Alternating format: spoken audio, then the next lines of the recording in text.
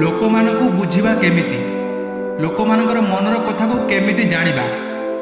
ଆପଣ ଯେତେବେଳେ ଆପଣଙ୍କର କାମ ପାଇଁ କାହା ସହ କଥାବାର୍ତ୍ତା କରନ୍ତି ତ ଜାଣିବେ କେମିତି କି ସେହି ଲୋକର ମନରେ କ'ଣ ଚାଲିଛି।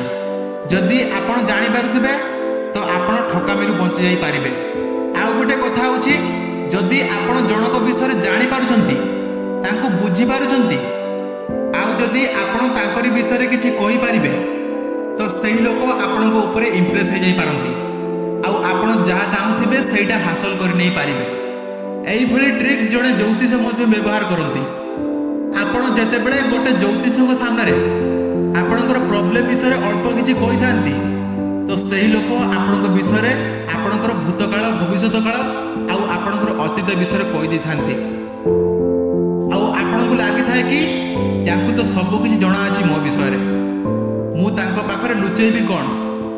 ଆଉ ଆପଣ ସେଇଠି ଆପଣଙ୍କ ସବୁକିଛି କଥା ମନ ଖୋଲି କହିଦେଇଥାନ୍ତି। ସେଇଟା ତ କହିବା ଗୋଟେ ଜ୍ୟୋତିଷଙ୍କର କର୍ତ୍ତବ୍ୟ। ଆପଣଙ୍କର ସବୁ କଥାକୁ ବୁଝିବା, କହିବା, ଆଉ ତାଙ୍କର ମଧ୍ୟ ସେଇଟା ଗୋଟେ ବ୍ୟବସାୟ। ତ ସେମାନେ ଜାଣିପାରନ୍ତି କେମିତି? ଆଉ ଗୋଟେ ସାଧାରଣ କଥା ହେଉଛି, ଗୋଟେ ସାଧାରଣ କୁକୁର ସେ ଜାଣିପାରୁଛି କେମିତି କି ଭବିଷ୍ୟତରେ କ'ଣ ହେବାକୁ ଯାଉଛି। ଆପଣ ଲକ୍ଷ୍ୟ କରିଥିବେ, କିଛି ଗୋଟେ ଆମର ପ୍ରକୃତିରେ କିଛି ଅସୁବିଧା ହେବାର ଥିଲେ ଜୀବଜନ୍ତୁମାନେ ଆଗରୁ ଜାଣିପାରନ୍ତି, ଆଉ ସେମାନେ ଆଗରୁ ହିଁ ଭୋଗେଇବାରେ ଲାଗନ୍ତି, ଆମକୁ ସୂଚନା ଦେଇଥାନ୍ତି, ଆଉ ନିଜେ ବି ସତର୍କ ହେଇଯାନ୍ତି। ତ ଏଇଟା ସମ୍ଭବ କେମିତି ହେଇପାରୁଛି? କିନ୍ତୁ ଆମେ ତ ମଣିଷ ନା, ଆମେ ତ ପଶୁମାନଙ୍କ ଠାରୁ ବହୁତ ଇଣ୍ଟେଲିଜେଣ୍ଟ, କିନ୍ତୁ ସାଧାରଣତଃ ଆମେମାନେ ଏମିତିରେ ନର୍ମାଲି କିଛି ଜାଣିପାରୁନାହାନ୍ତି କାହିଁକି? ଆମକୁ ଜାଣିବାକୁ ହେଲେ ବହୁତ ଆଡ଼ଭାନ୍ସ ଟେକ୍ନୋଲୋଜିର ଆବଶ୍ୟକ ହେଉଛି। ଏହାର କାରଣ କ'ଣ? ଯେତେବେଳେ କୌଣସି ଜାଗାରେ କିଛି ଗୋଟେ କ୍ରାଇମ୍ ହେଇଯାଉଛି, ମର୍ଡର ହେଇଯାଉଛି, ଚୋରି ହେଇଯାଉଛି, ସେଠି ଗୋଟେ କୁକୁରର ଆବଶ୍ୟକ ପଡ଼ୁଛି। କାହିଁକି ନା ମଣିଷ ସେଠି ସେତିକି ସକ୍ଷମ ହେଇପାରୁନାହିଁ। କେମିତି ସମ୍ଭବ ହେଇପାରୁଛି? ଗୋଟେ ପଶୁ ତାର ମାଲିକକୁ ସବୁଦିନ ପାଇଁ ମନେ ରଖିପାରୁଛି, ତାର ସବୁ କଥାକୁ ମନେ ରଖିପାରୁଛି, କିନ୍ତୁ ଗୋଟେ ମଣିଷ କେମିତି ଭୁଲି ଯାଇପାରୁଛି? ଆପଣମାନେ ଗାଁ ଗହଳିରୁ ଶୁଣିଥିବେ କି ଜୀବଜନ୍ତୁମାନଙ୍କୁ ଭଗବାନ ଶକ୍ତି ଦେଇଛନ୍ତି, ସେମାନେ ଭବିଷ୍ୟତ କଥା ଜାଣିପାରିବେ। ଏଇଟା କ'ଣ ସମ୍ଭବ? ଗୋଟେ ମଣିଷ ପାଖରେ ଏତେ କିଛି କରିବାର ଶକ୍ତି ଅଛି, କିନ୍ତୁ ସେ କାହିଁକି ଜାଣିପାରୁନାହିଁ ଆଉ ଜଣଙ୍କର ମନରେ କ'ଣ ଚାଲିଛି? ଏବେ ଆପଣ ବୁଝିପାରିବେ ଏଇଟା ସମ୍ଭବ କେମିତି ହେଇପାରୁଛି। ଗୋଟେ ଛୋଟ କାହାଣୀଟେ କହୁଛି, ପୁରା ଧ୍ୟାନ ଦେଇ ଶୁଣନ୍ତୁ। ଜଣେ ଗୁରୁଜୀ ସେ ତାଙ୍କର ଆଶ୍ରମରେ ଶିକ୍ଷା ଦିଅନ୍ତି କି ବିନା କଥାବାର୍ତ୍ତା ହେଇ ଆମେ କେମିତି କଥା ହେଇପାରିବା। ମାନେ ଆମେ ମୁହଁରେ କିଛି କହିବା ନାହିଁ, କେବଳ ମନରେ ମନରେ ସମସ୍ତଙ୍କ ସାଙ୍ଗରେ କଥାବାର୍ତ୍ତା କରିବା। ସେହି ବାବା ଜଣକ ବେଶୀ କଥାବାର୍ତ୍ତା କରନ୍ତି ନାହିଁ, ବହୁତ କମ୍ କଥା କୁହନ୍ତି। ଦିନେ ତାଙ୍କର ଆଶ୍ରମକୁ 5 ଜଣ ନୂଆ ଶିଷ୍ୟ ଆସିଲେ ସେହି ବିଷୟରେ ଜାଣିବା ପାଇଁ କି ବିନା କଥାବାର୍ତ୍ତାରେ କେମିତି ମୁଁ ମୋର ସାଙ୍ଗମାନଙ୍କ ସହିତ କଥାବାର୍ତ୍ତା ହେଇପାରିବି। ବାବାଜୀଙ୍କର ପାଖକୁ ଯାଇ ଏଇ କଥା କହିଲେ, ଆଉ ବାବାଜୀ କହିଲେ, ମୋ ପାଖରୁ ଦୀକ୍ଷା ନେବାକୁ ହେବ, ଆଉ ଏହି ଆଶ୍ରମରେ ତୁମକୁ ରହିବାକୁ ହେବ। ଆଉ ସେହି 5 ଜଣ ସାଙ୍ଗ ରାଜି ହେଇଗଲେ ସେହି ଆଶ୍ରମରେ ରହିବା ପାଇଁ। ଗୁରୁଜୀ ତାଙ୍କୁ ପ୍ରଥମ ଦିନରୁ କହିଲେ, ନିଜକୁ ପୁରା ଶାନ୍ତ ରଖ, ଆଶ୍ରମରେ କେହି କଥାବାର୍ତ୍ତା କରିବ ନାହିଁ, କଥାବାର୍ତ୍ତା ପୁରା ବନ୍ଦ। ସେମାନେ ରାଜି ହେଇଗଲେ, ଆଶ୍ରମରେ କଥାବାର୍ତ୍ତା ହେବେ ନାହିଁ, କିନ୍ତୁ ମନରେ ଚିନ୍ତା କରୁଥାନ୍ତି କେମିତି ଆମର କିଛି ଆବଶ୍ୟକ ପଡ଼ିଲେ ଆମେ କାହାକୁ କ'ଣ କହିବୁ। ଗୁରୁଜୀ ସେ ତାଙ୍କର ମନରେ ସବୁ କିଛି ଜାଣିପାରୁଥିଲେ, ଆଉ କହିଲେ ସମସ୍ତେ ଧ୍ୟାନରେ ବସ। ଆଉ ସବୁ ଶିଷ୍ୟମାନେ ଧ୍ୟାନରେ ବସିଗଲେ। କହିଲେ, ମୁଁ ମୋର ମନରେ ଯାହା କହିବି ସେଇଟା ଜାଣିବା ପାଇଁ ଚେଷ୍ଟା କରିବ ଆଉ ମୋତେ କହିବ। ଗୁରୁଜୀ ତାଙ୍କର ମନରେ ଯାହା ଚିନ୍ତା କରିଲେ ଅଲଗା ଶିଷ୍ୟମାନେ ସମସ୍ତେ କହିଦେଉଥିଲେ, କାହିଁକି ନା ସେମାନେ ବହୁତ ଦିନରୁ ଅଭ୍ୟାସ କରିଛନ୍ତି, ତ ସେମାନେ କହିଦେଇ ପାରୁଛନ୍ତି। ଏଇ ଯେଉଁ 5 ଜଣ ସାଙ୍ଗ ନୂଆ ଆସିଛନ୍ତି, ସେମାନେ ଜାଣିପାରୁନାହାନ୍ତି, ଆଉ ମନେ ମନେ ଭାବୁଛନ୍ତି କେମିତି ସେମାନେ ଜାଣିପାରୁଛନ୍ତି। ଆଉ ଗୁରୁଜୀଙ୍କୁ ଏଇ କଥା କହିଲେ, ଗୁରୁଜୀ ଆପଣ ଯାହା ମନରେ ଚିନ୍ତା କରୁଛନ୍ତି ଆମକୁ ତ କିଛି ଶୁଭୁନାହିଁ, ଆମେ ଜାଣିବୁ କେମିତି, ଆମେ କହିବୁ କେମିତି? ଗୁରୁଜୀ ସେଇଠୁ ତାଙ୍କୁ ବୁଝେଇଲେ, କହିଲେ, ପ୍ରଥମେ ତୁମେ ନିଜକୁ ଭିତରୁ ନିଜର କୋଳାହଳକୁ ଶାନ୍ତ କର। ନିଜର ମନର ଅଶାନ୍ତ ଚିତ୍କାରକୁ ପ୍ରଥମେ ଶାନ୍ତ କରିବା ଶିଖ। ଯେଉଁ ଜାଗାରେ ଲୋକମାନେ ଜୋରରେ ପାଟିତୁଣ୍ଡ କରୁଥିବେ କି କୌଣସି ପ୍ରକାର ଶବ୍ଦ ଶୁଭୁଥିବ, ସେହି ଜାଗାରେ ଯଦି କେହି ତୁମକୁ କିଛି କହିବ ତ ତୁମକୁ କିଛି ବି ଶୁଭିବ ନାହିଁ।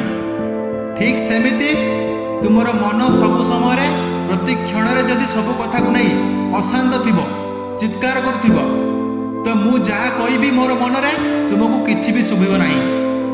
ପ୍ରଥମେ ନିଜର ମନକୁ ଶାନ୍ତ କର। ତୁମେ ବିନା କଥାବାର୍ତ୍ତା କରି ତୁମେ କାହାର କଥାକୁ ବୁଝିପାରିବ।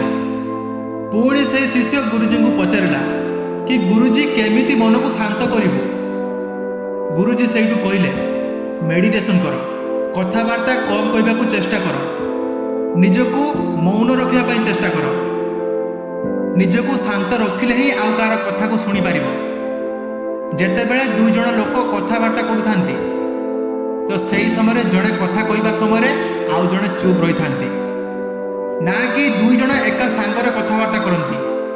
ଯଦି ଦୁଇ ଜଣ ଏକା ସାଙ୍ଗରେ କଥାବାର୍ତ୍ତା କରିବେ ତ କେହି କାହାରି କଥାକୁ ଶୁଣିପାରିବେ ନାହିଁ କି ବୁଝିପାରିବେ ନାହିଁ।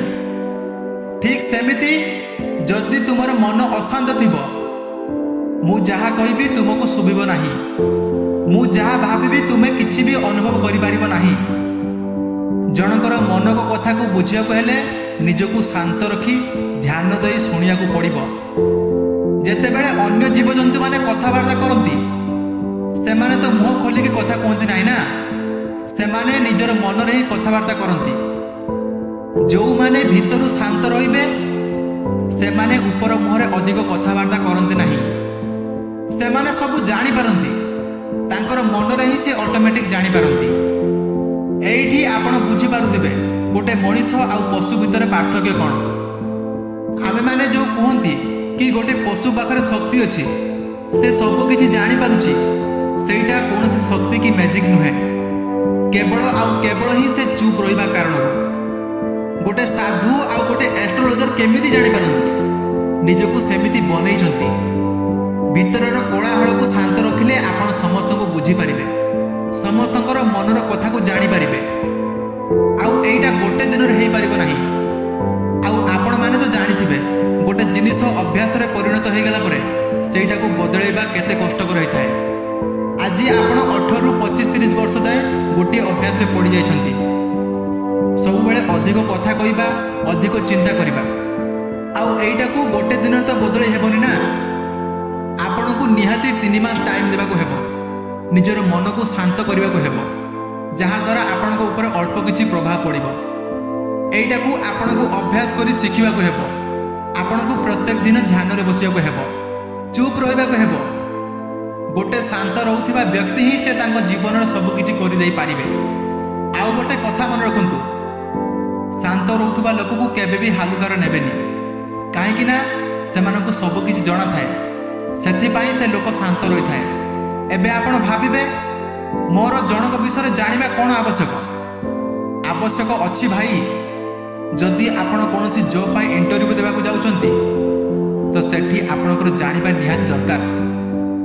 ଯଦି ଆପଣ ଆପଣଙ୍କର କ୍ଲାଏଣ୍ଟ ସହିତ ଡିଲ୍ ଫାଇନାଲ କରୁଛନ୍ତି ତ ସେଠି ବି ଆପଣଙ୍କର ଜାଣିବା ନିହାତି ଦରକାର।